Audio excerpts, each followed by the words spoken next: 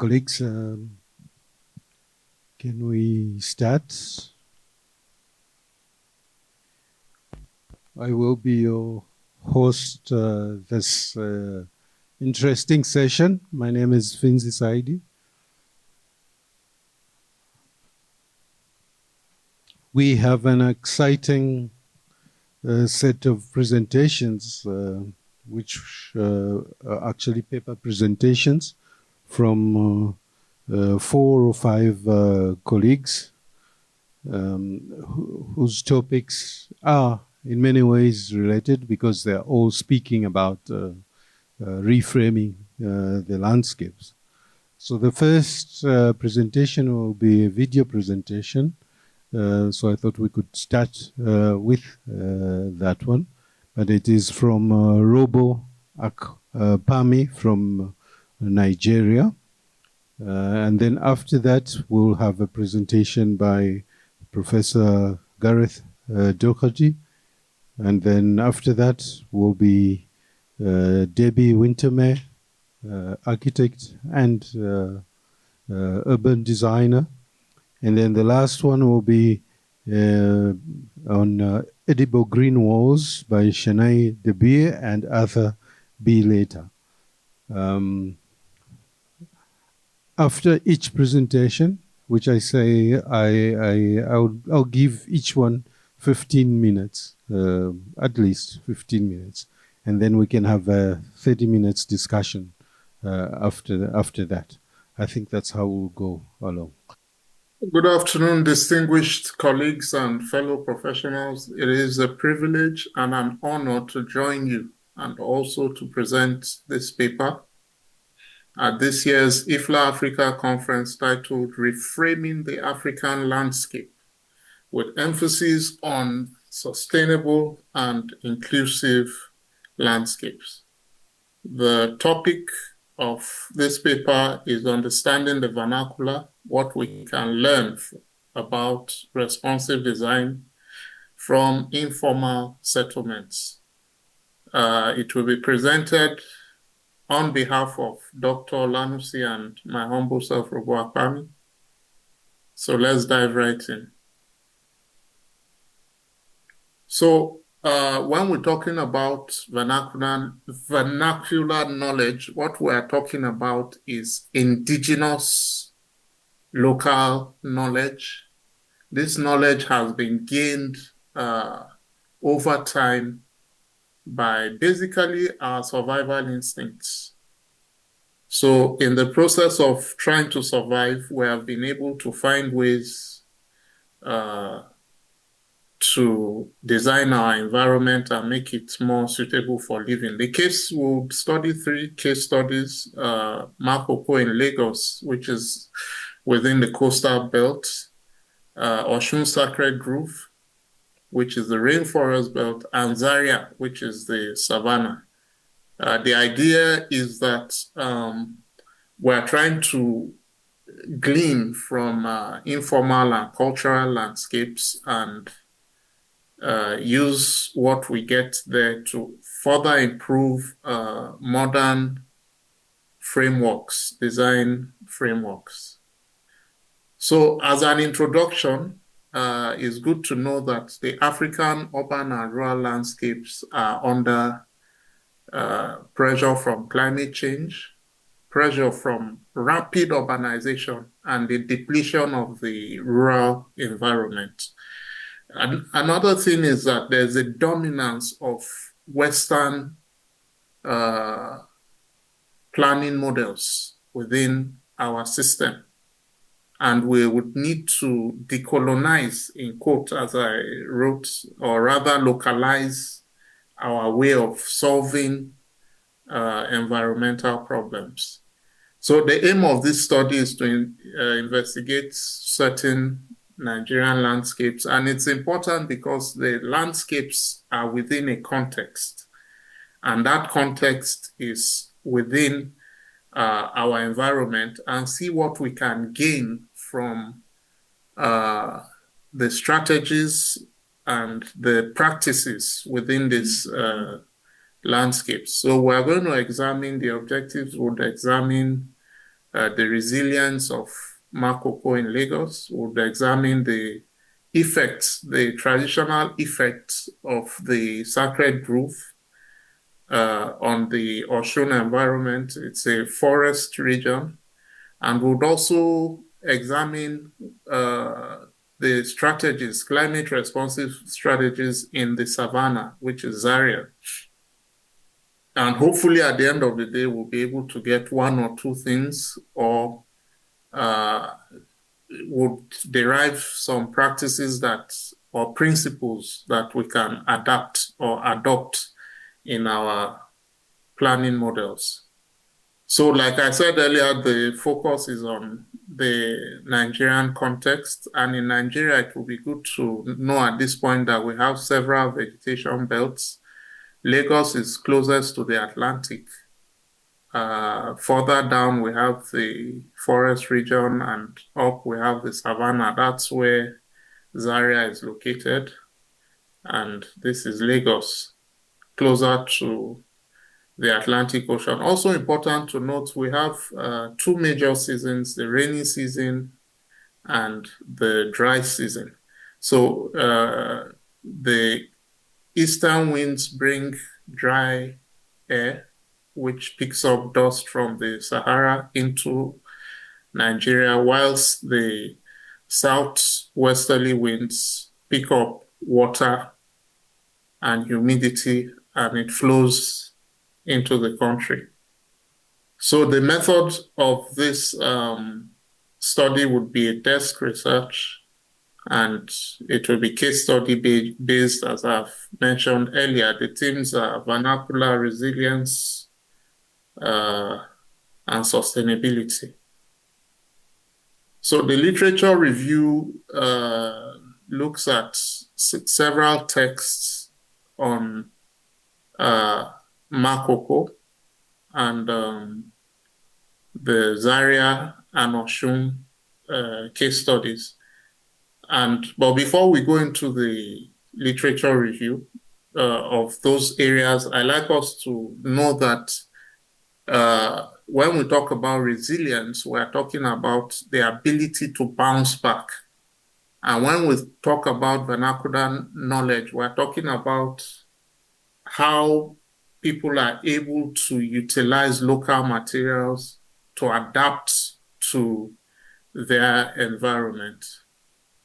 So this is a typical Hausa settlement in the north. The environment is actually semi-arid. The further north you go, the more arid it gets. It becomes more like a desert. And the weather is usually very harsh in those areas. Now, this Google map is showing the satellite image of the Osun Sacred Grove. So this part where we can see green is actually the Sacred Grove. So it's a cultural place that has been designated as a heritage site by UNESCO. There is governed by cultural laws, there are taboos around the place and all that. In between it, I don't know how clearly you can see, but this is the Osun River. It flows practically inside this Osun Grove. So these are some photos of how the grove looks like. These are deities. This is the Osun River. And Osun River is believed to help people with fertility issues. This is another deity that you can see is entwined with the roots of this tree. It goes to tell you that there's some form of connection between the gods, the deities, and nature and ecology. This is a mud shrine that they use to worship.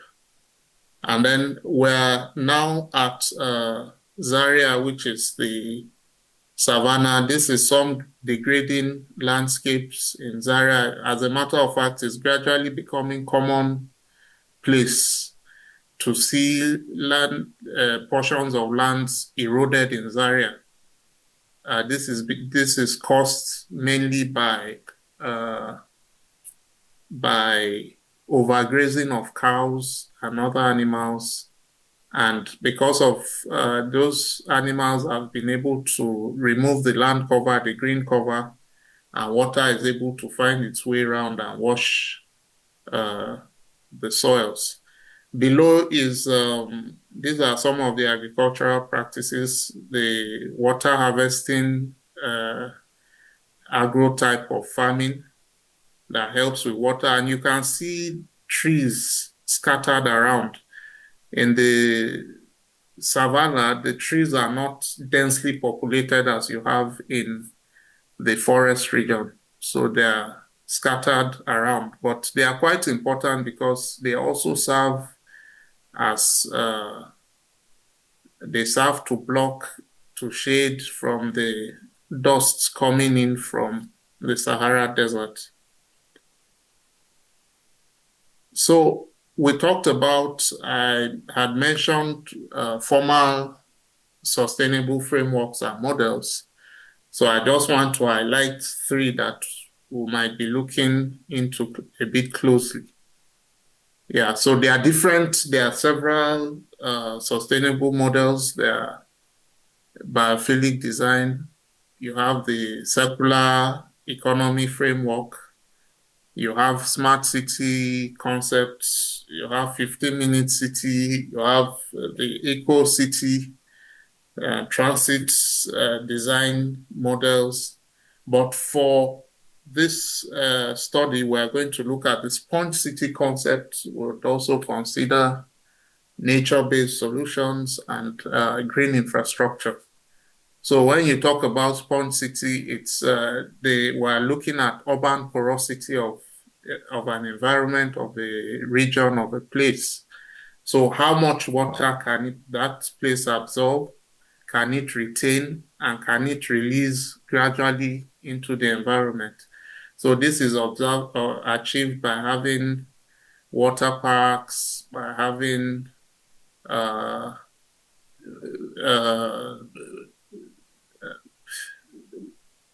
paved walkways that are permeable so that water can percolate into the soil. And so that's sponge city concepts. The green nature-based solutions are when we depend on nature we go back to the normal systems of nature to solve environmental problems. Green infrastructure is utilizing natural and semi-natural systems to equally solve our environmental problems. So we're talking about our first case study now, Makoko in Lagos. So this is a floating city or slum, if you may. This is where people call the Venice of West Africa, Venice of Nigeria. Yeah. So we have some challenges here, which are flooding, marginalization. There's a lot of social problems because, of course, as you might imagine, most people living in Makoko are not well-to-do, but there are people who have been able to manage what they have to build a lifestyle. So there's poor drainage, there's poor waste management, there's pollution, water pollution, and all that. But yet, in the midst of that, we're still able to get some lessons. The architecture is amphibious. As a matter of fact, innovative. This is a floating school that was designed by architects Kunle Adeyemi, which happens to have won him several awards world over. And the school is practically built on barrels. So it's like a boat floating on water. So that's why it's called the floating school. By the right, you can see an image showing the poor waste management. If you look clearly, you see the water here is quite black. So those are some of the challenges that vernacular knowledge has not been able to tackle. However, there are, like I said earlier, there are things we can gain. So we're coming to the Sacred Grove in Osogbo in Osun State. So the challenges, like I mentioned earlier, the urban encroachment, the rapid urbanization. If you remember from the picture, I'm trying to move as fast as I can because of time. But if you remember the first image I showed, the satellite image, everywhere apart from the groove, the groove was the only green area on that map. So this is the water I spoke about, where people come and perform rituals. You can see that the area has been conserved. So there's hardly any, people don't cut down trees, they don't tamper with, they don't kill animals, the biodiversity is strong and all that. And now we go to Zaria, the savanna landscape. So the challenges in Zaria is the issue of water. There's water stress. Desertification, like I spoke about, sand coming in from the northeast, being carried by the northeast winds. But if you notice this, to the right is the palace, the entrance to the palace of the Emir of Zozo in Zaria. It shows the architecture, the character of the architecture in the north is quite strong and emphatic. They use clay, adobe, mud, very thick, thick walls, and they usually build their buildings round in a courtyard style, with a courtyard style. This helps to maintain thermal comfort within their buildings because, like I said earlier, the weather is quite harsh. The conditions are harsh. And they use low-tech methods to do climate-sensitive form of designs. You can see by the left, this is a typical landscape you find in Zaria. So you probably have hills, scattered trees, and grassland. Even though a lot of the grassland is gradually disappearing because of the overgrazing, as I mentioned earlier.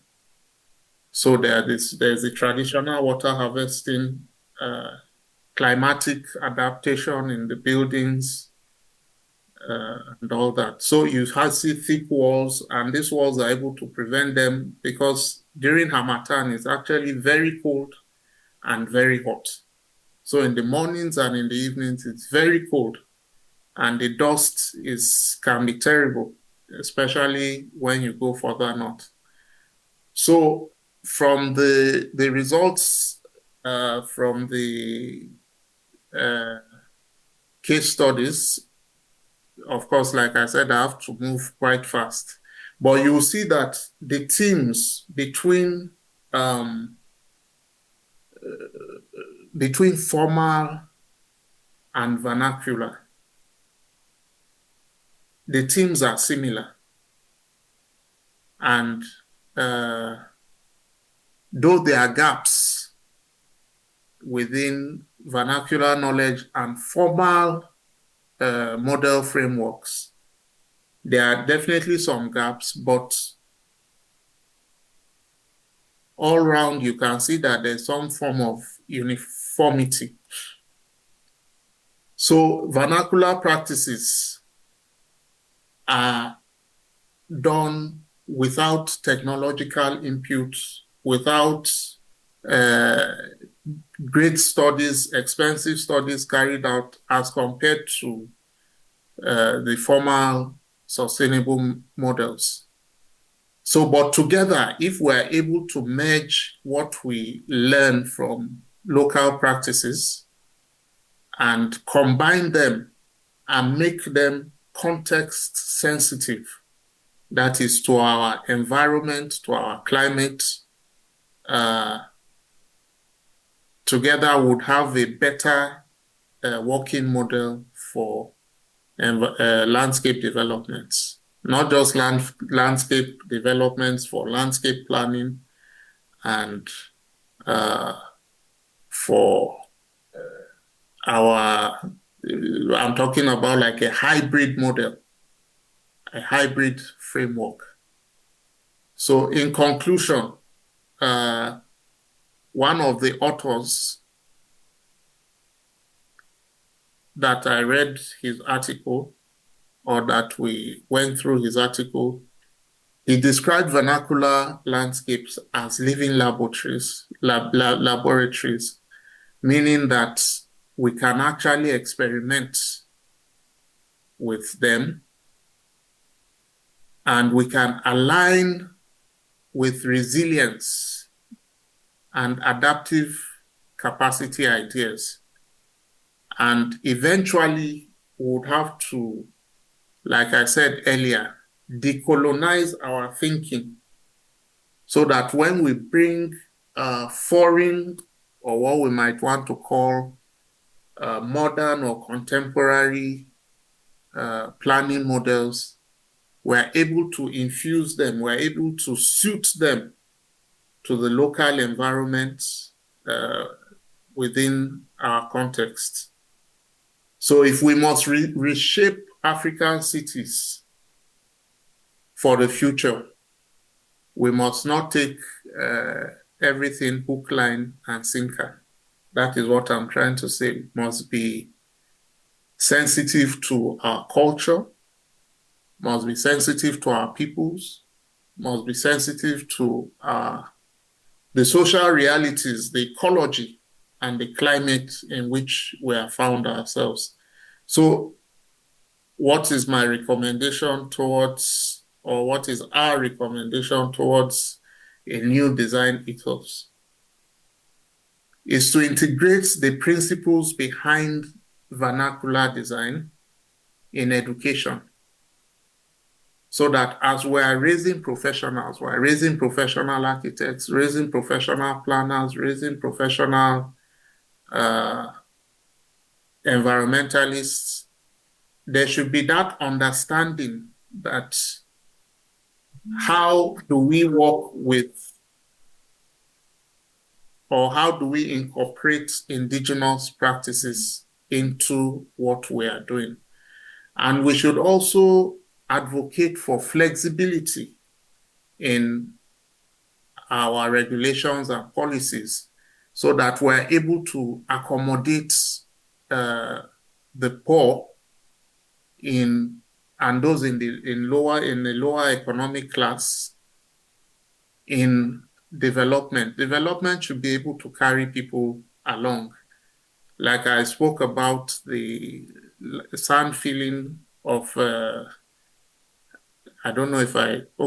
sand filling of Makoko area. And that is going to make it quite expensive for most people to be able to stay there if they're able to sand fill that area, because land will become very expensive. So the last recommendation would be to recognize landscape architects as a very important bridge in between the environmental, cultural, and social space.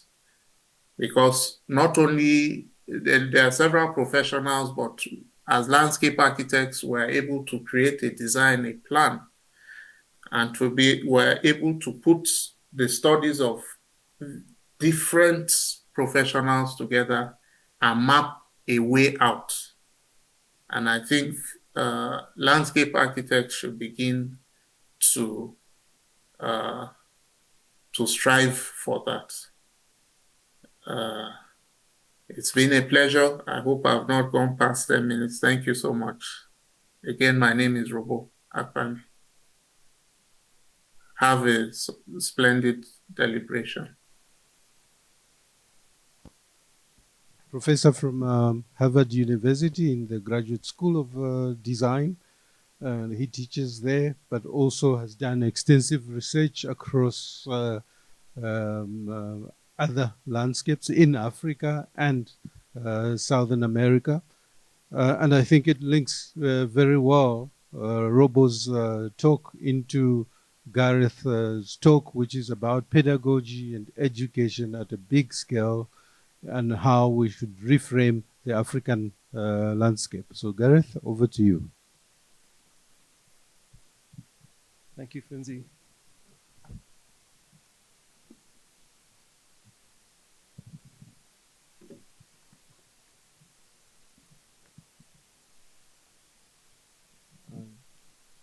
Can we have the PowerPoint, please?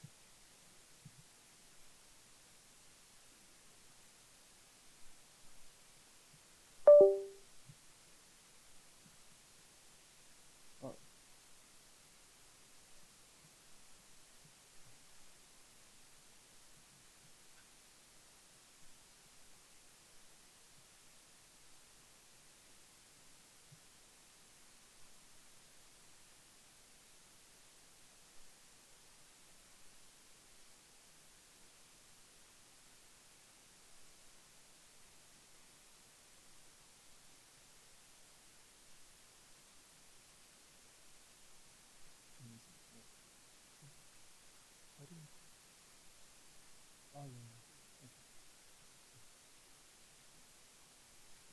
So while we're waiting for the PowerPoint, let me read my abstract. And I think my talk, I'm glad it's following Robo's talk, because my presentation will speculate on what a counter-colonial landscape pedagogy might mean in an African context. I'm not sure decolonial is the right word.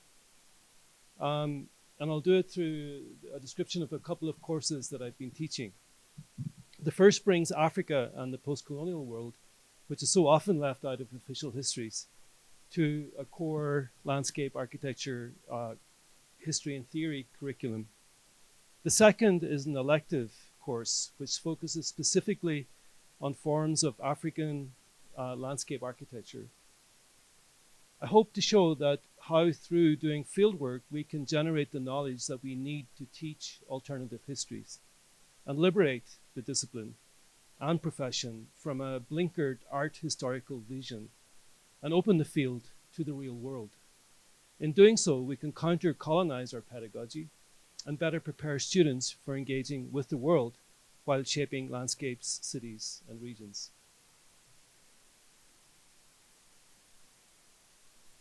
Where do I point this?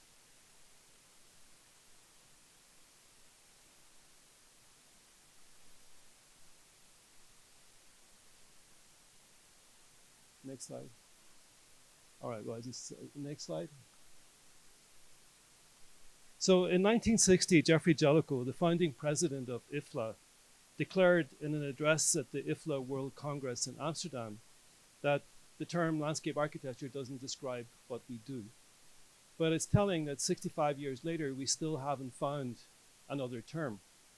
And Jellicoe called for a single word.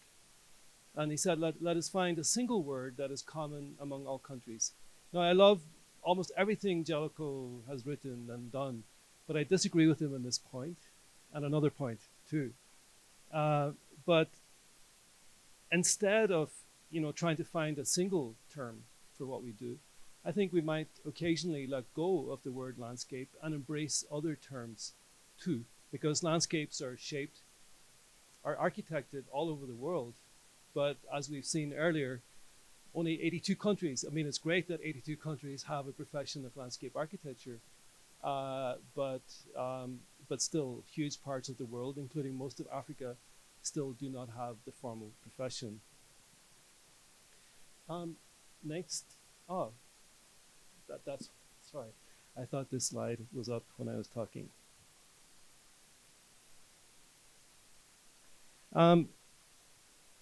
Many landscape architects have written about landscape architecture's troubled roots. James Corner, for example, recognizes mapping, which is so fundamental to how we construct our understanding of landscapes, as a colonial practice. that enabled domination over land and people. Next. At the same time, a steadfast minority prefer colonial narratives of capital and exploitation to explain the origins of our profession. Here we see a history of landscape architecture over the last 250 years, which links the development of the landscape architecture profession to capitalism and the arrival of capitalism having created an undifferentiated world where environmental degradation has increased the need for landscape architecture. Thus, the given examples are mostly those that respond to the drive of capitalism, with other models left out of the picture, such as sacred spaces and indigenous landscapes, because they're shaped through human practice and belief systems rather than by capital. Next. In a review of a book, Cultural Landscape Heritage in Sub-Saharan Africa, Kofi Boone critiqued Jeffrey and Susan Jellicoe's epic book, The Landscape of Man, saying that, or rightly pointing out, that the history of landscape architecture as portrayed in this book aligns with ideas of civilization and progress where Europe is superior and Sub-Saharan Africa absent. Furthermore, these tropes do not acknowledge how Europe was enriched at the expense of Africa. So the point here is that much of landscape architecture history is skewed. So the problem is clear, but what to do about it? There's a growing literature on decolonizing design. We don't have time to go into that right now. But as Kofi Boone points out, we are tainted because of the histories that we choose to teach with, rather than necessarily by the practice of what we do. Next. So I have 4 points that I would like to discuss. The first is to diversify core curriculums, include a focused study of African landscapes in our education, to nurture research and innovative outreach, and to rethink practice to be more inclusive. And I'll try and do that in the next 10 minutes. So during, next slide. During a year of fieldwork across Africa, I set out to learn how landscape architecture is taught on the continent, practiced and perceived. I think I visited almost every school. I didn't make it to Zaria. But one thing that in most schools shocked me was that most curriculums teach about Europe and North America, but not about Africa. And in Europe and North America, we don't teach about Africa either. So Africa is absent from our education, and yet has many of the most amazing landscapes in the world. Of course, there are some notable exceptions. University of Cape Town and UJ, which doesn't have a landscape architecture program yet, but by and large, Africa is excluded, and Africa excludes itself. Next. Next, please. Günter Vogt, the landscape architect, when he gets a project, he opens his cupboard and says, what tools do I need to bring with me to do fieldwork? I believe fieldwork can help us to open up our curriculums. Next. I see fieldwork as a form of mixed measures in which we immerse our entire body in understanding landscapes. We use multiple forms of media to understand them. And then we critically imagine. We're always asking how things can be different and better in the future. Next. So diversify core curriculums. Next. So at Harvard Graduate School of Design, where I teach, I don't know if you can see this, the core curriculum has been centered historically on Western Europe and North America. Over the last 15 years, I've been doing fieldwork in the Middle East, in Afro-Brazil, in the Caribbean, in West Africa, and now all over Africa. And that has allowed me to build up a series of case studies that we have now brought into the core curriculum. So I teach alongside Charles Waldheim, who's a landscape urbanist, I thought it was a recipe for disaster because we're in many respects very, very different. But on Tuesday, I give a lecture, and on Thursday, Charles gives a lecture. One student said it was the first course they took at our school that taught her how to think rather than what to think. So Professor Waldheim offered to be the protagonist for the Global North. I'm the protagonist for the Global South. And we open up a space for discussion. Next. Include a focus study of African landscapes. Next. And so, in addition to bringing Africa into our core curriculum, I offer a course on African landscape architecture. But I felt it was really important to have Africans in the room. I got into trouble with my colleagues. One colleague told me that, if I can find it in my notes, it was a problem. So what I did was I opened up the course to equal number of students would join us from different parts of Africa. So we had 16 students in the class, another 16 students joining online. One colleague criticized me for that, saying it was a form of colonialism. I said, well, nobody's forcing anybody to join the class. Another colleague told me that we cannot assume that our institutions are suitable for African nations, and we cannot dictate. But nobody's dictating. I was inviting Africans to join the room because I feel it's really important. One aspect of decolonizing or of a counter-colonial narrative is that we're all on equal footing. Next. Of course, the course is focused on African landscapes, and we bring in many cases from around Africa. Next. Next. Next. And we've seen the Oshun Sacred Grove a couple of times in the last couple of days. Next. Next. So nurture research and innovative outreach. I think it's not enough to follow our traditional modes of publications. I think we have to break free of books and articles. They're important, but we have to find other ways of communicating. Next. I think the African Journal of Landscape Architecture is doing a fantastic job in doing that, and I encourage everyone to contribute to that. But next, we've been developing other ways in which we can reach diverse publics. This is what we call a book exhibition. It looks like a book, but opens up into an exhibition as a way of being something that is touchable and feelable and is flexible to be mounted in various different spaces. Next. Next. And rethink practice to be more inclusive. Next. To that end, we had a conference last March at Harvard Graduate School of Design. Some people in the room, including Finzi, were there. But we called it African Landscape Architectures with an S. The S was really important because it reflects a plurality of forms of practice. I think that for the profession to unfold, it's important to claim other ways of shaping landscapes that are not just done by professional landscape architects. Next. Next. This is just some of the panels. Next. It included artists, philosophers, architects, princesses, priestesses, all who have an agency over the shaping of the land. Next.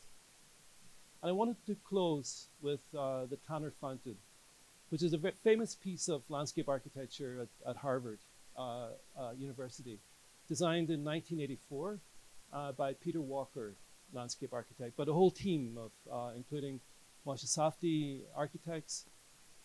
And here we see the boulders with a fine mist. Next.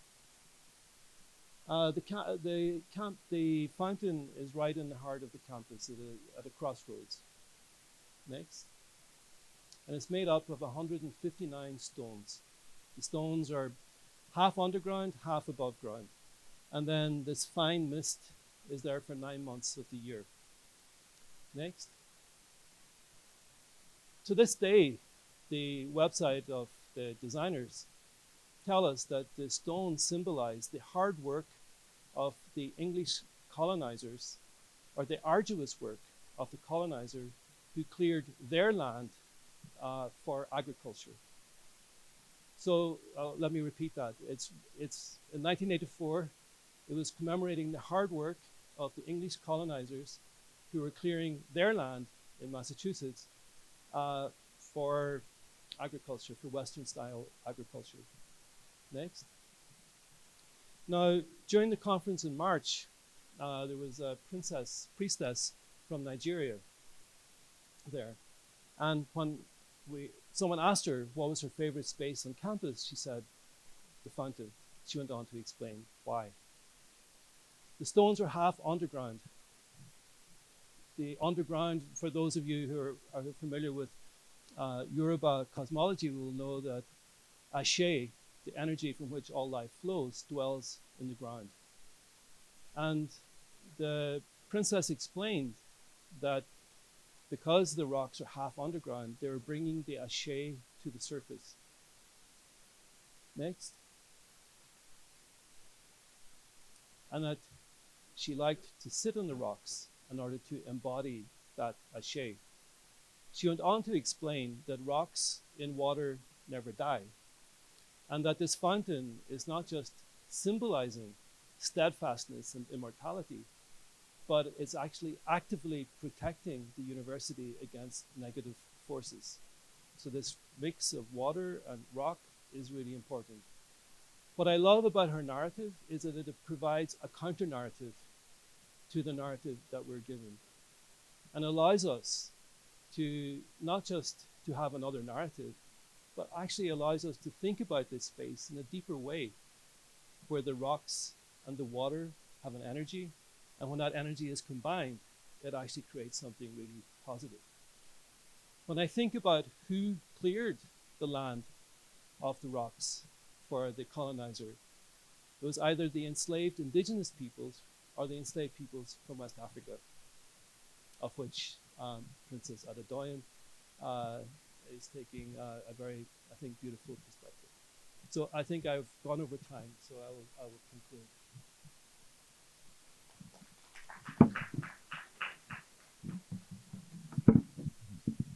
Thank you, Gareth. No, you didn't go over time. You still had 10 seconds. I think the Ashe kept you in check. Thank you very much, Gareth. Next, I have Debbie Wintermeyer, who is an architect and urban designer, coming to give us a view from our partner profession. So Debbie, over to you. Thank you for the opportunity. Do I have free reign, or do I say next, or can you give me free reign? Can I say? Okay, I'm going to mess it up. Do you want to push forward? Okay.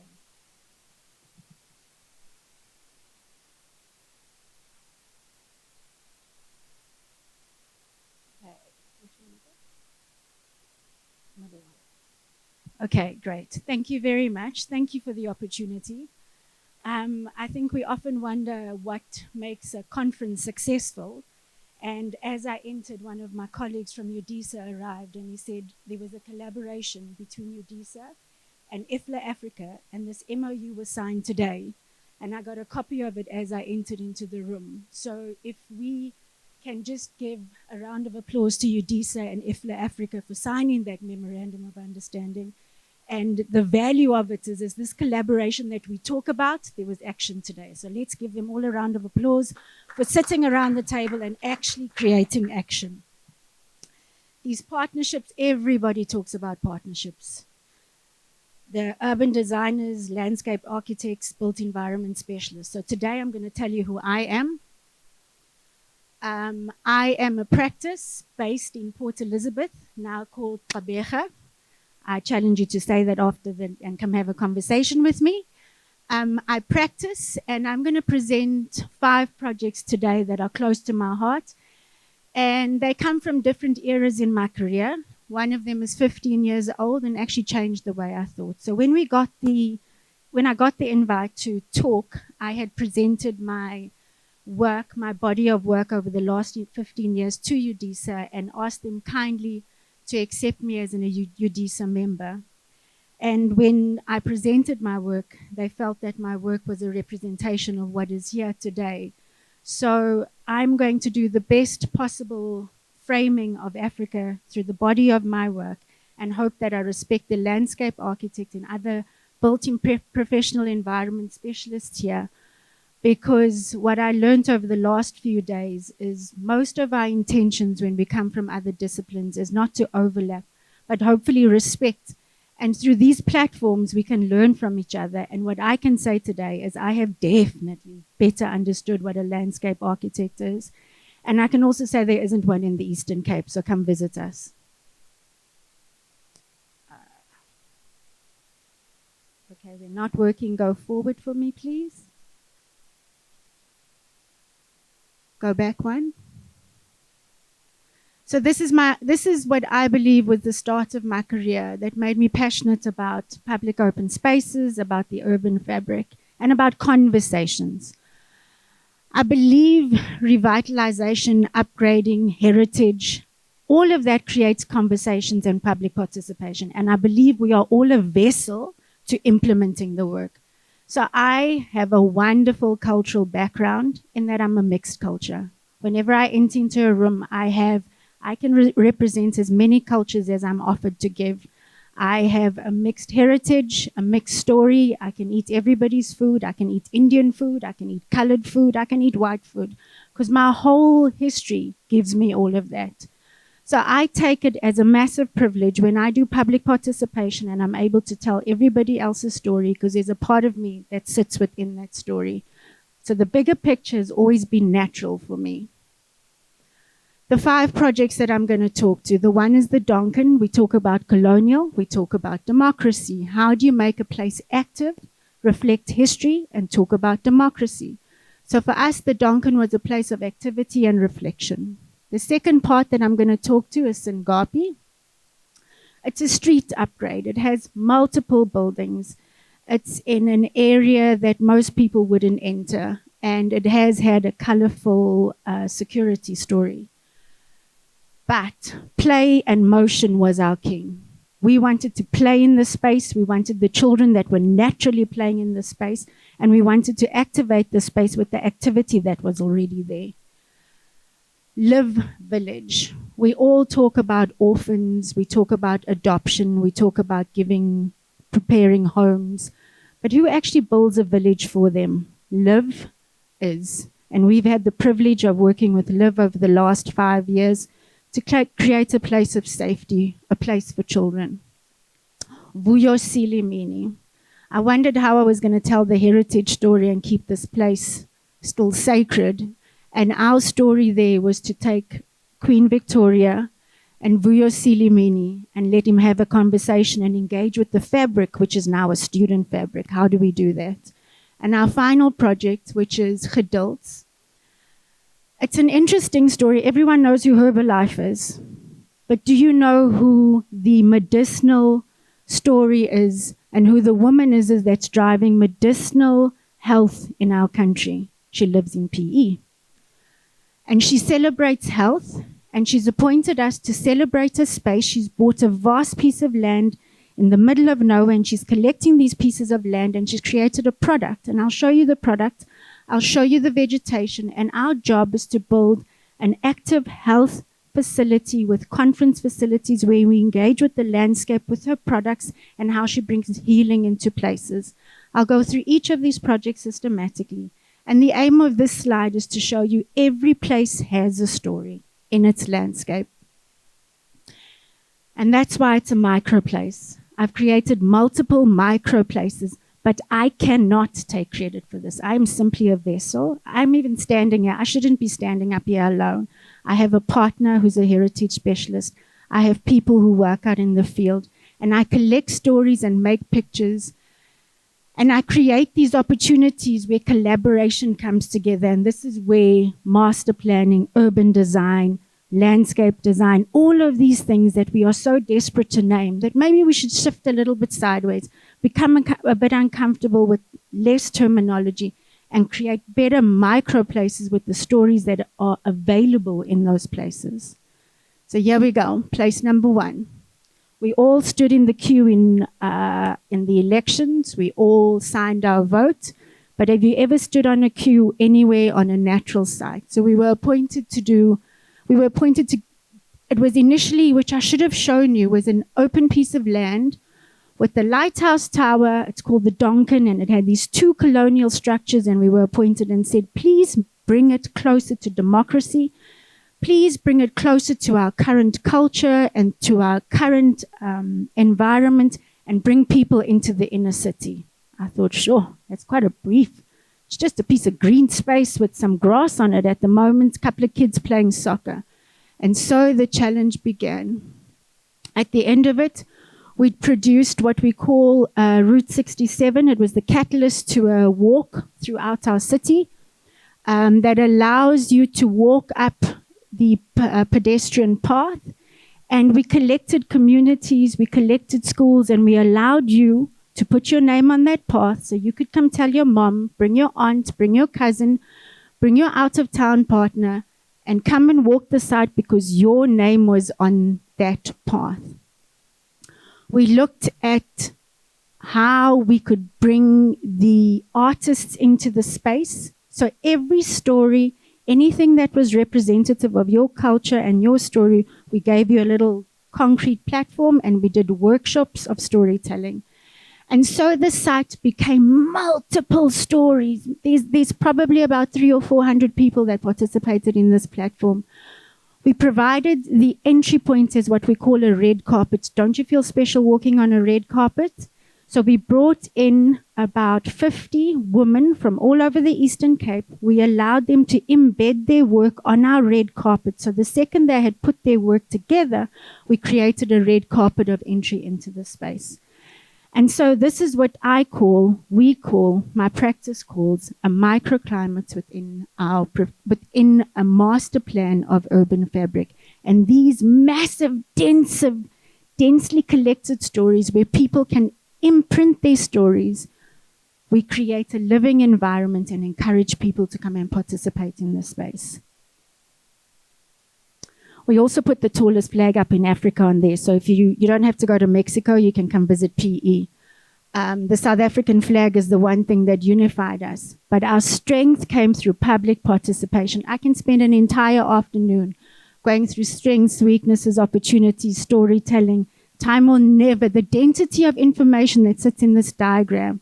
And yet, we appointed Patrick Watson at the time.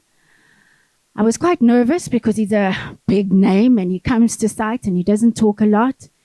But his level of transfer of respect of how to cluster the landscape, how to cluster what to put on the site, where to put it. He will stand there and it's like a romantic moment of a man moving in action.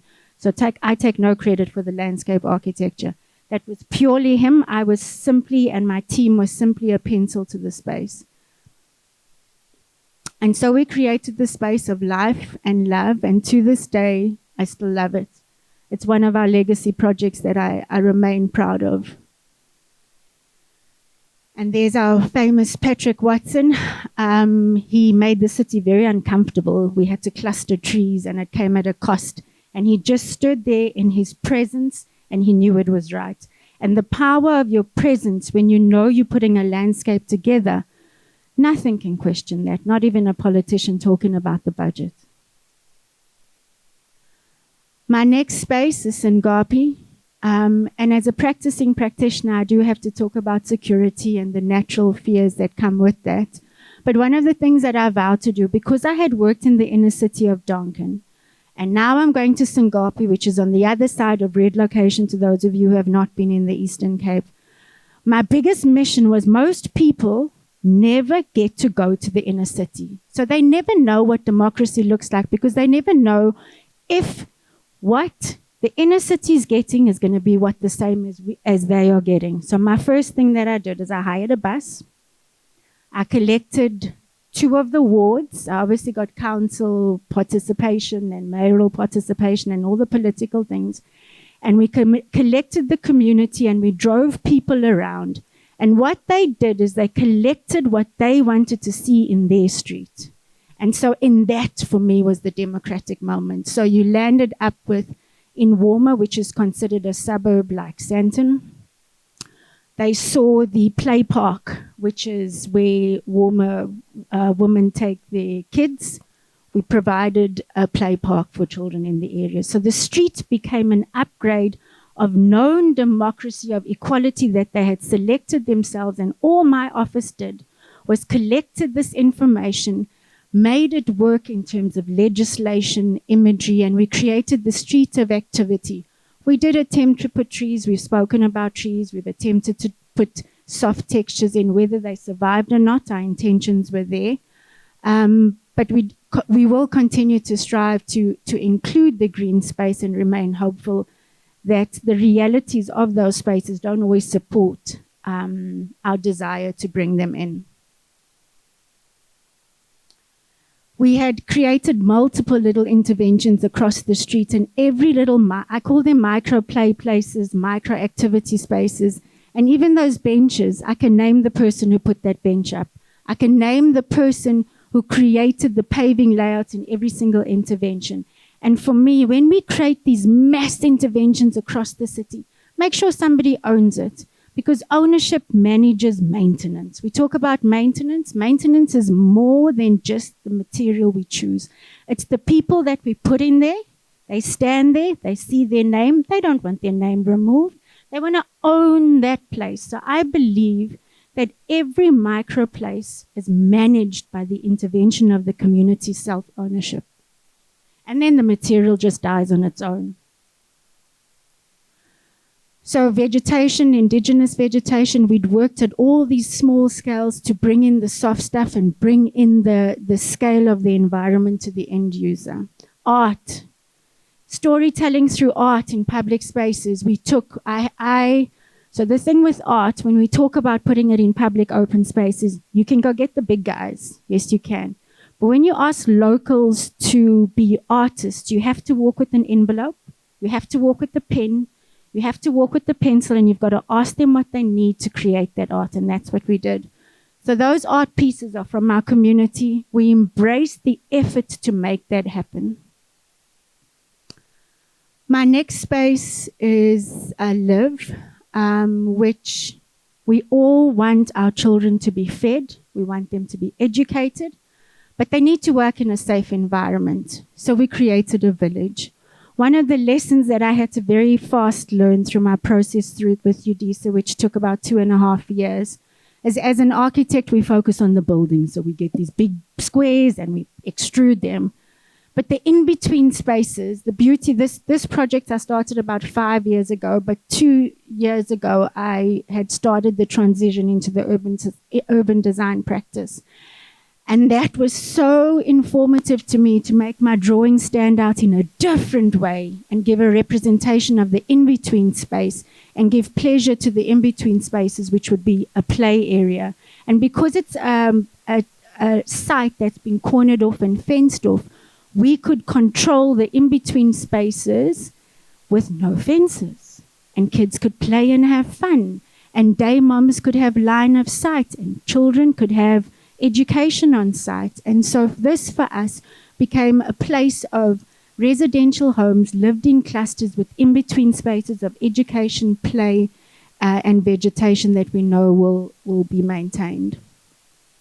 And so the unit, the cluster living, the courtyard, the livable space, the residential unit, and religion, and the pinnacle point that we all live towards living a better life and rising to the landscape of the highest point. And we look towards the sun, and we look towards our believer to be that line of sight on a daily basis. And so the entire site is terraced towards that point where there's always a future for us.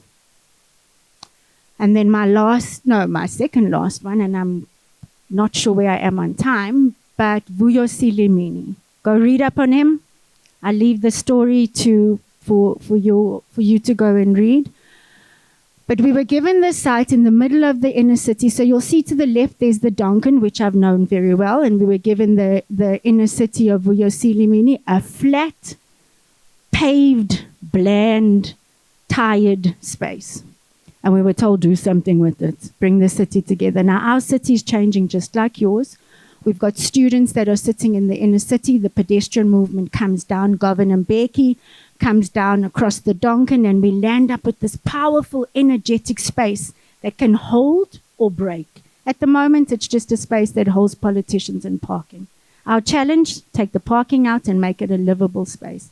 But we are heritage practitioners I'm not a heritage practitioner, my partner is, but he does correct me and reminds me of the mayoral gardens and all the special things that come through our heritage.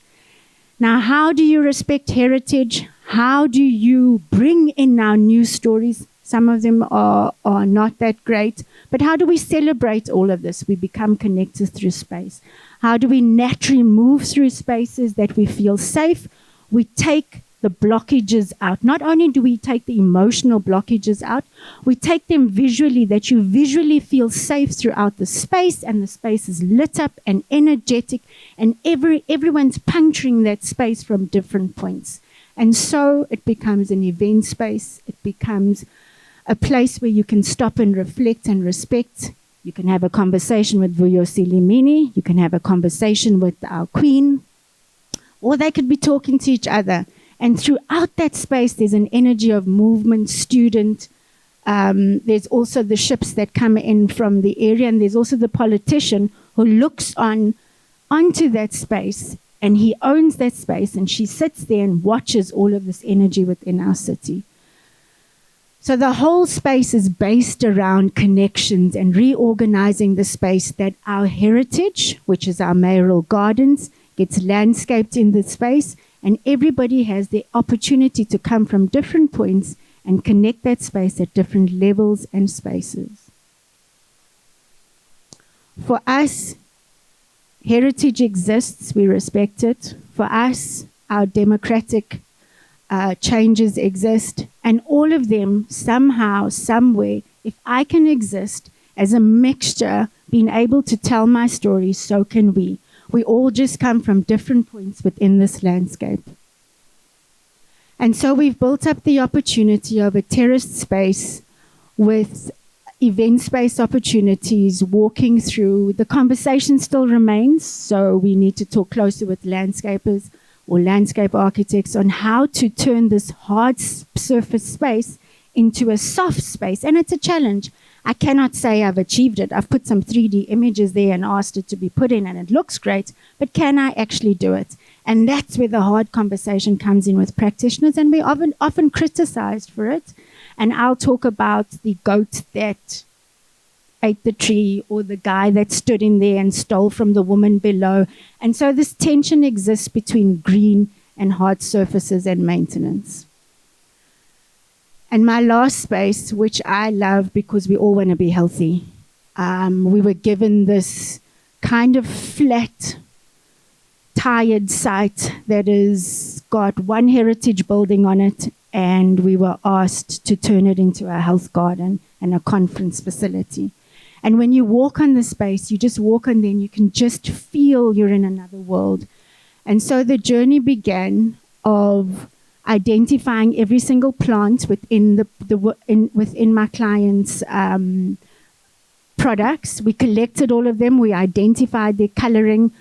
We don't know where they're going to go on the site because I'm still in design phase. And she came to me and she said, "Debbie, I love Wakanda." And I was like, "Why do you love Wakanda?"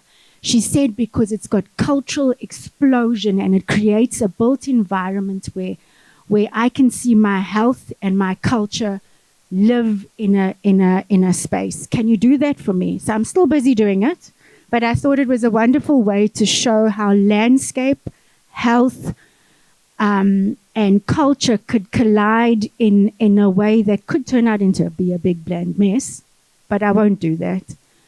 It's an opportunity for us to take the challenge on and create this space that has movement spaces where the landscape is the priority over the building environment. So we've building the practical stuff as well. That's my architectural side, where I have got a conference center and I've got to put people on there. But the spaces of how that medicinal garden will create natural healing through smell, texture, movement, and how your car has to be left at the front door and you'll land up in these golf carts as they go across, means that you'll be able to experience the landscape like no other conference facility that I have seen. And so we begin to put the building in space, and you'll see the landscape needs a lot of work. I'll put it out there, but the opportunity exists in my mind to do so. And so, in conclusion, those are my places, my micro places. I believe in detail. I believe in the love of detail. And I believe that every discipline should engage in those places, immaterial of what you call yourself, to create beautiful places for our people.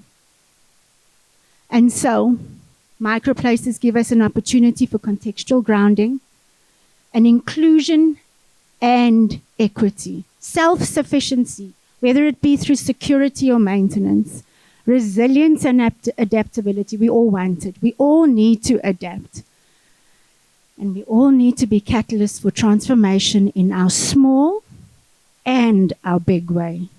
So thank you very much for listening. I apologize if I went over time, but this is a topic that's close to my heart, and I believe in collaboration. I believe in public participation. And if I've offended anybody in my terminology, let's public participate before we provide judgment on the person's intention. Thank you for the opportunity.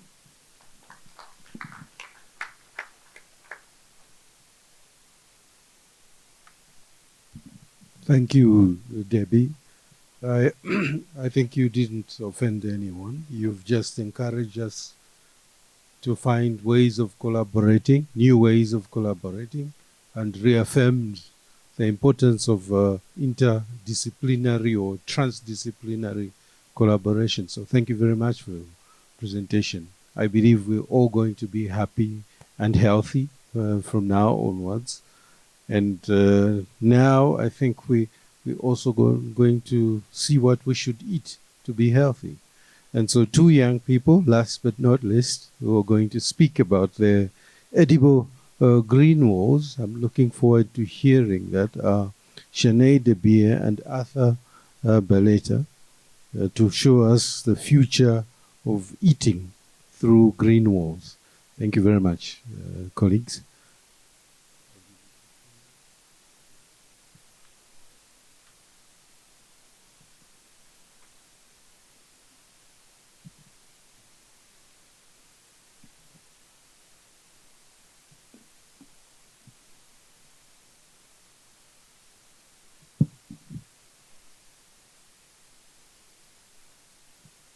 Hello, everybody.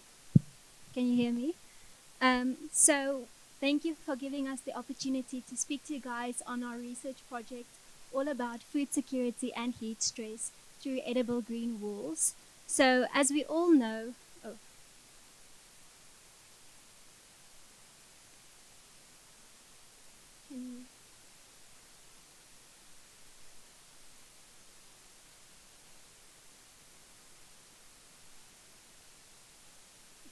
So as we all know, urban agriculture is a powerful tool for enhancing both food security and urban sustainability, especially when it incorporates nutrient-dense, culturally relevant crops like African leafy vegetables. While mainstream vegetables are supported by existing market and distribution centers, African vegetables offer a more resilient and locally adapted alternative for African communities within the African landscape. They provide high nutritional value, better tolerance to climate stress, and the potential to strengthen local food systems. Now, by integrating these crops within modular living walls, we can unlock significant benefits for the potential for food and nutrition security, along with co-benefits such as cooling and increased biodiversity. Our research forms part of a bigger research project focusing on flexible facades and ecosystem services, and is guided by the research question on how do African vegetables compare to mainstream vegetables in living wall systems to improve urban household food security and to mitigate heat stress as a co-benefit within informal settlements in Tshwane, Gauteng. Our objectives were divided into two activities. The first activity looked into comparing the performance of leafy African vegetables with mainstream vegetables grown on a northern and western facade. as well as to look into the potential for household food security within an outdoor modular living wall.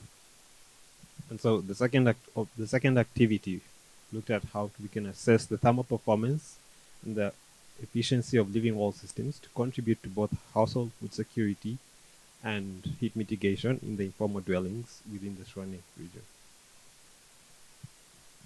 So building on the research done by Dr. Karen Buertes in 2024, this research explored the use of African leafy vegetables in outdoor modular living wall systems as a response to the urgent need for space-efficient food production strategies, particularly in the context of persistent household food insecurity within sub-Saharan informal settlements. In South Africa, approximately 2.1 million households currently lack reliable access to adequate and nutritious food. These challenges are further exacerbated by rapid urbanization, poverty, and climate change. So finding alternative strategies to introduce alternative food sources within cities are vital. And beyond food security, the core benefits of edible green infrastructure like these living wall systems particularly highlights their capacity to mitigate urban heat stress, which is a real emerging threat in informal settlements. And so, with the understanding of climate change intensification and how far it has come and how it has worsened, urban heat island effects and food insecurity, then it becomes increasingly vital to look at other alternatives, especially through green infrastructure and how to mitigate these challenges.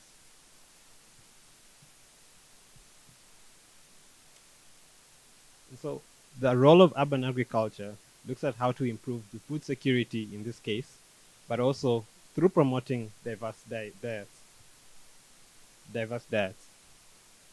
And this highlights the untapped potential that due to the lack of integration of these living wall systems into urban planning and other forms of design.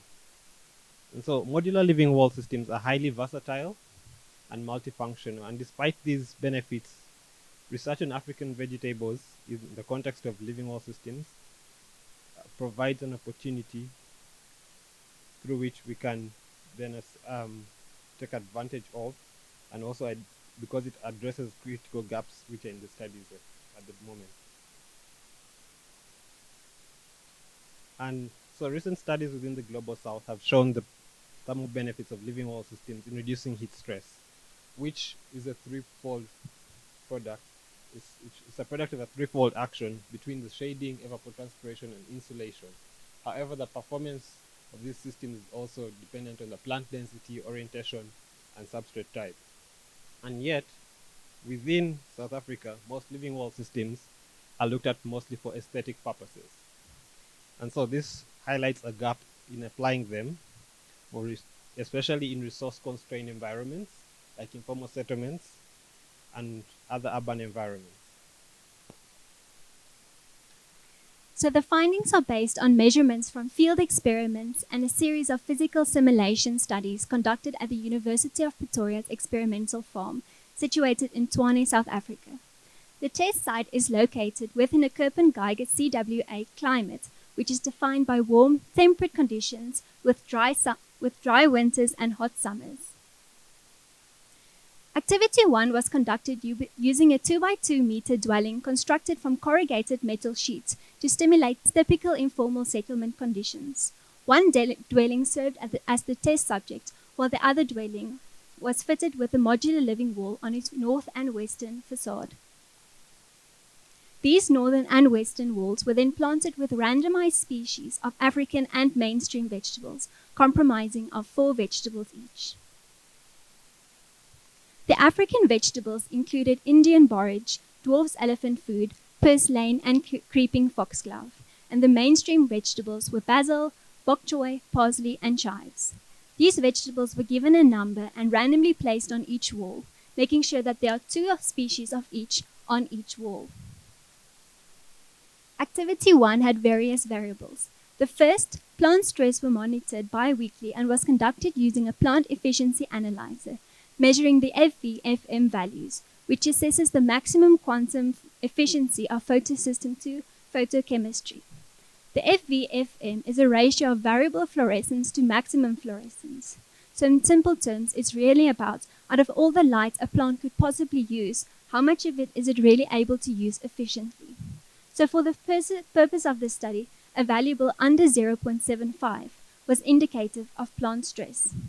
The second variable, measuring fresh biomass yields, were done for both the African and mainstream vegetables and was measured bi-monthly using a calibrated digital scale.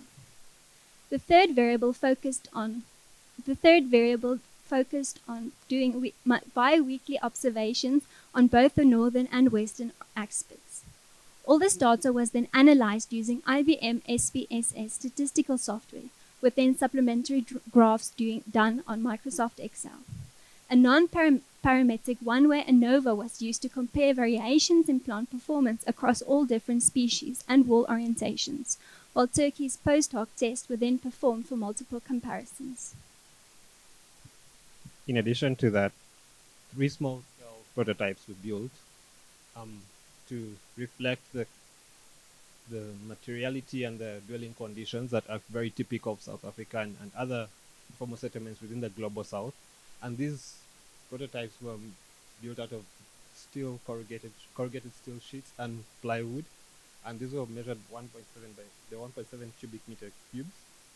And through these field experiments that were built by the students themselves,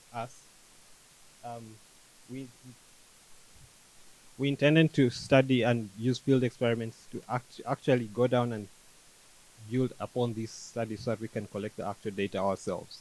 And so 3 units were built. One was a control, and the other 2 were retrofitted, one with a hydroponic living wall system, and the other with a soil-based living wall system. These were all designed with an intention of trying to study the thermal comfort within and the adaptability, as well as the contribution to the food security.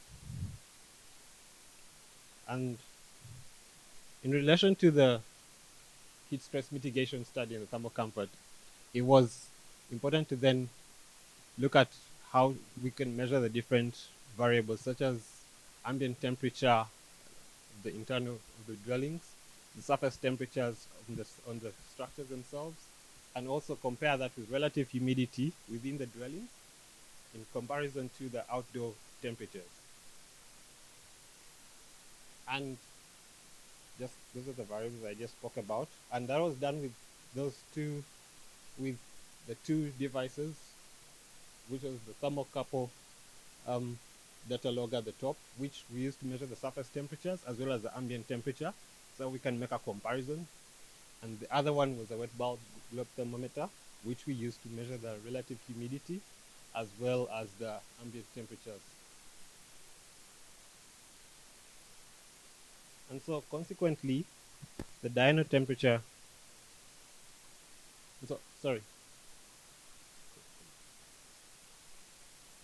and so consequently, we also did measure dyno temperature ranges that were across how these dwellings performed across the day, and we also took apparent temperature, which happens to be a crucial heat stress indicator in South Africa, as it quantifies both the perceived heat stress by integrating ambient temperature, relative humidity, and wind speed. And on the other hand, for the objective related to the plant stress, we also did biweekly measurements similar to activity 1 and used a very similar methodology, which involved the measurement using a handy P, the plant efficiency analyzer, in form of the chlorophyll fluorescence, which we spoke about, where we use the FV over FM measurements to then determine the plant health and how these plants were performing. So looking into the key findings from Activity 1, the findings highlight the high performance of African vegetables in modular living walls. Leafy African vegetables produce substantially higher fresh biomass compared to the mainstream vegetables, although it performed slightly lower in terms of its photosynthetic efficiency. Specifically, crops such as Indian borage and dwarf's elephant food consistently outperform all the other vegetables, proving their adaptability and productivity within these systems. In contrast, mainstream vegetables yielded significantly less and sometimes failed to produce any measurable biomass. Dwarf's elephant food and Indian borage also demonstrated the highest photosynthetic efficiency, indicating greater resilience. Additionally, the study found that wall orientation, north versus west, did not have a statistically significant effect on either photosynthetic performance or fresh biomass yields. Statistically significance was determined using a p-value of less than 0.05. While the western orientation showed slightly higher yields, the difference was not statistically significant enough to be a critical factor for success. Instead, crop selection and seasonal factors were found to be the main driver of productivity, reinforcing the resilience of certain African vegetables in various microclimatic conditions.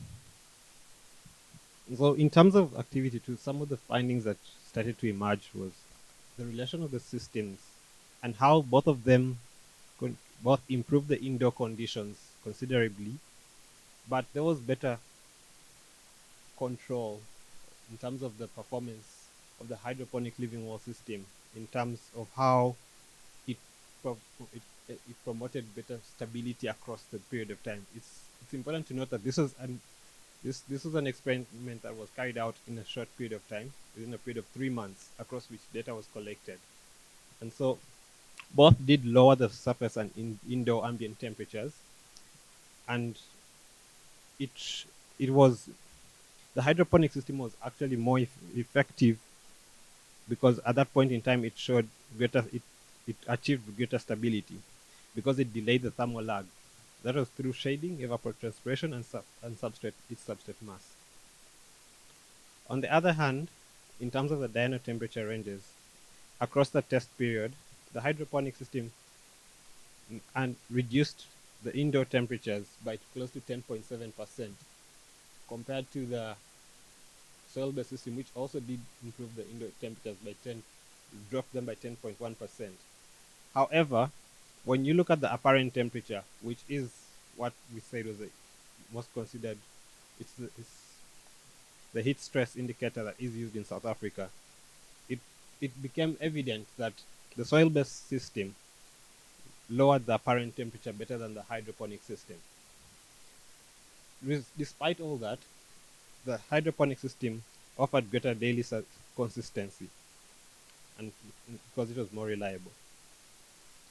And so the study, in relation to the plant stress, the study followed a highly constrained water provisioning regime, which tried to simulate resource-constrained informal settlement conditions, where the crops in the hydroponic system showed a higher average of the FV over FM compared to the soil-based living wall system. There were also visible signs of stress in the plants and the leaf, which was shed off during water-limited periods. And these results suggest that while both living wall systems provide thermal benefits, hydroponic wall systems may be more water efficient, and therefore they show potential for sustainable edible crops, which reinforces their dual role in both heat mitigation and food security. However, it's also important to note that other factors such as the setup costs, energy usage, and technical expertise should be considered when looking at these systems, especially in resource-constrained communities with limited skill. So bringing it all together, the study highlights the transformative potential of integrating African vegetables in modular living wall systems as a space-saving, scalable, and climate-resilient strategy for enhancing food security, thermal comfort, and biodiversity in dense urban settlements. Comparative data on plant performance, plant stress, biomass yield, and thermal performance show that African leafy vegetables, especially Indian borage and dwarf's elephant food, outperform mainstream vegetables in both yield and adaptability, making them well suited to resource-constrained informal context. Both hydroponic and soil-based systems outperformed all the other crops. Both hydroponics and soil-based systems also contributed to indoor temperature regulation, underscoring their multifunctional role in addressing food security and urban heat stress. While site-specific limitations are acknowledged, the findings provide a foundation for applied research and policy, advocating for culturally relevant, nutrient-dense crop within sustainable urban agriculture. By bridging agronomic performance with social environmental benefits, the study advocates for African vegetable as integral to inclusive, context-sensitive urban food systems in sub-Saharan Africa. So, in conclusion, the relevance of this study lies in its application within the African landscapes, particularly within informal settlements, where the use of African vegetables responds directly to local context.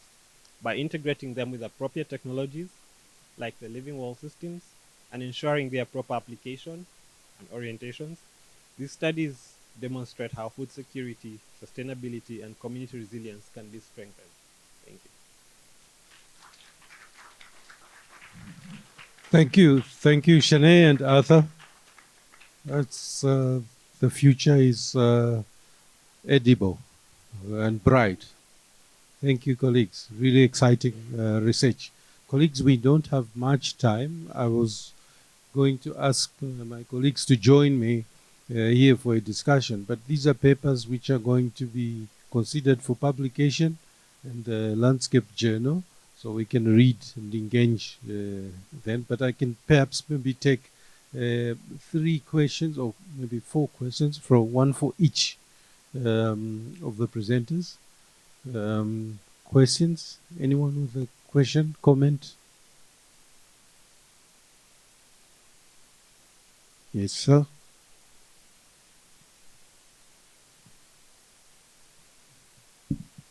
Thank you very much. Quite informative talks for everyone. I'd like to ask a question for the edible green walls. How many replicates did you have for your study? I know it was just only 3 months. Did you have any replicates? Yeah, because I saw that you had one for the west and north. Did you maybe try and rotate and repeat? So, because we had limited time, the study was only conducted over a 3-month period. We only did the one on the northern and western facade, and then future studies can obviously look into other different aspects and what their potential and their effect would be on not only the heat stress indoor, but obviously how the crops would grow, their biomass, and obviously if they are under stress. I think in addition to that, because we were part of a larger research group, other participants looked at the orientations, and multiple studies were done on all these. But of importance was to look at the northern western, because these are the most exposed to the heat in terms of exposure, and being in a part of the globe where most of the heat comes from the northern south and the west. It was important that those are studied and how they can impact the indoor microclimate.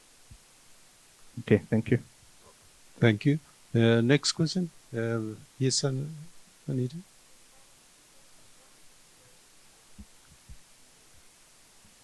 My question, I saw that you had a prototype showing the corrugated iron sheet, but then you had another one showing masonry block. So when you showed the pictures, there was one picture with the green walls against the background that had masonry walls in front of the corrugated iron sheets, and I was just curious to see and hear from you, was there any difference in the results? Because I would imagine the masonry would protect the corrugated iron sheets from the heat. So I think what you're referring to are the blocks that were placed on top. Yeah. Those were intended to just hold it down, because on several occasions we had to come and collect the data, because the equipment was placed within the system. So for ease of access, those were just holding down, and in no way did they contribute or affect the microclimate, because those were on the endpoints.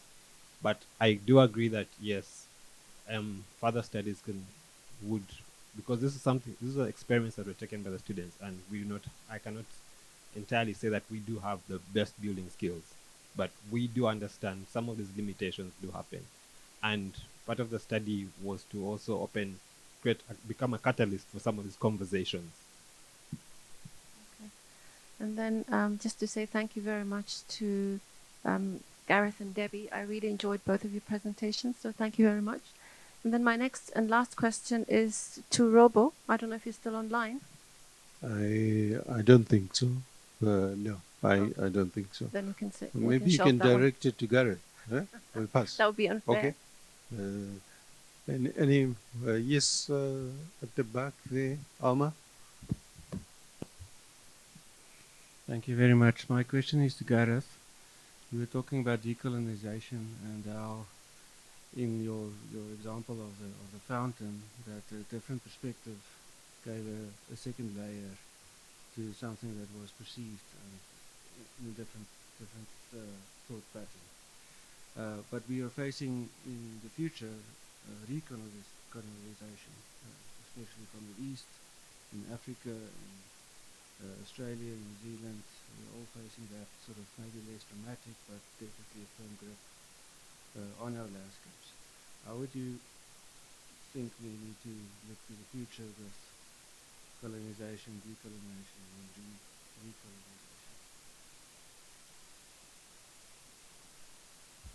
Thank you for the question. I think at the beginning of my talk, I said I wasn't quite sure about whether decolonization was the right term to use, or even counter-colonial was the term that I used in the paper. But with that example of the fountain, it was the designers who brought in the discussion about colonization, right? So they said that these stones are commemorating the work of the colonizer. I think that when we're thinking about the future, it's important to consider the multiple audiences, so the multiple inhabitants of a landscape, and to be able to view a landscape from multiple perspectives. So that's what I was trying to do with that example. I think another reading would be from an indigenous person from Massachusetts, for example. I think that is an important reading to have of that fountain.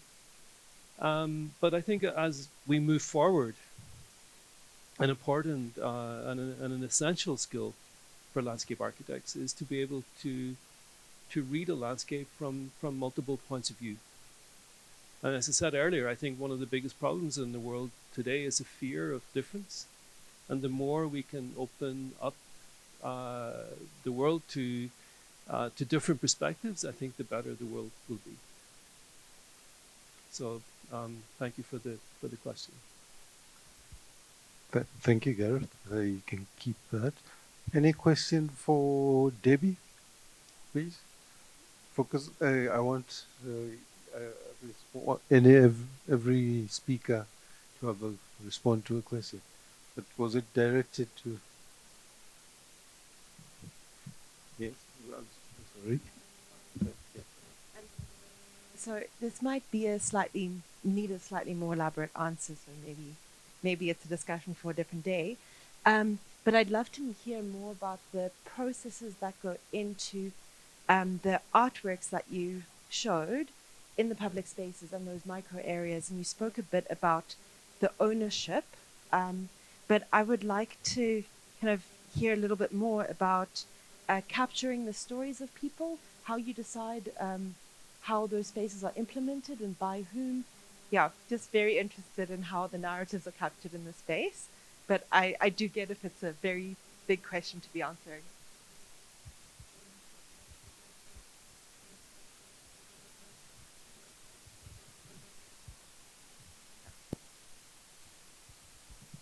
So that is a big question.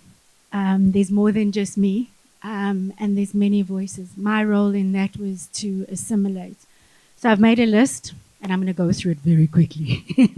So the artwork, we appointed a company called Trinity Session, based in Joburg. They did a lot of the JDA work, and the JDA, when the MBDA, which is equal to the JDA, started, I came to Joburg and I spent time here with the JDA. So a lot of your processes that you see in your public art programs, we transported to PE. What that means is we walk the streets, we talk to people. The woman that was 80 years old and couldn't leave her house, we sent somebody in. We got language barriers broken, we got cultural barriers broken, and we collected people who could collect the stories through voice, through paper, through conversation, through workshops. We brought people from throughout the Eastern Cape. We found databases, we collected databases, we used politicians, we used anybody that was willing to talk.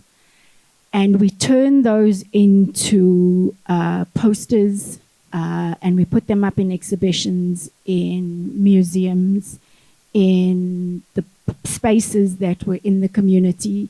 And I did many a presentation on an evening, and I was corrected, and we drew on those papers. So a lot of this is living engagement with the content, and then apology thereafter, because we did the best we could. Oh yes, my partner here, my heritage consultant, reminded me competitions are a fantastic way to do it. I mentioned the competition methodology. We brought in 3 different types of artists. Big artist names bring people and bring tourists, okay? When you're the highest, you're the biggest, we brought the tallest African flag in. But when you are the people, you bring the community. And so we did all of that. We brought Albie Sachs in. We brought the Marcus Neursetters in, the Stephen Hobbs. We brought in big names because a collaboration of big and small creates multiple levels of activity. Okay. I tried to keep it short. Thank you, Debbie. Thank you. Kate, last comment? This is not a fully formed thought, but I'm trying. So right before lunch, we had a kind of conversation about data and the need for kind of quantitative methods. And I guess as we just ended on the student project, your prototype was very clearly measured, and maybe just, and then kind of Gareth's point about multiple perspectives. I sense a little bit of tension within myself sometimes for needing to gather everything, and I wonder, maybe just opening up to whoever, like including all of our speakers, like I don't know, how do you deal with multiplicity in landscape, and yet this, what I perceive to be a pressure for a quantifiable something that we can defend. So we defend our own value. Do others feel that tension? I think, Kate, that's a long question. This deserves another panel session. But thank you for your question. I think we can continue outside with that dialogue. I'd like to close the session by saying I also did sit on the Tana monument. Yes, I found it. I said, wow, I haven't seen this. I only saw this in books, and here now. And I sat there. I didn't know why I sat on the stone. Now I know why I sat on the stone. I was connecting to the ancestors. But I wanted to say that to add to or follow on from what Gareth said, that African landscape architecture is left out of the canon of learning. Yes, it is left out. But in this discussion, we've shown the beginnings of how to begin to address it. And your answer, Kate, my answer, response to you is that I run a unit at UJ, which is 15X. 15X meaning we don't know. And we have to find out that. And these presentations have really given us a platform from which to start the debate about contributing to the global landscape dialogue in a substantive way, in a just manner, in a scientific manner, in a philosophical manner. And our colleague from Nigeria also showed from a cultural point of view. So the multiplicity of understandings of landscape should be underpinning the future of African landscape. With that, thank you very much, colleagues. Let's continue the dialogue outside. Thank you.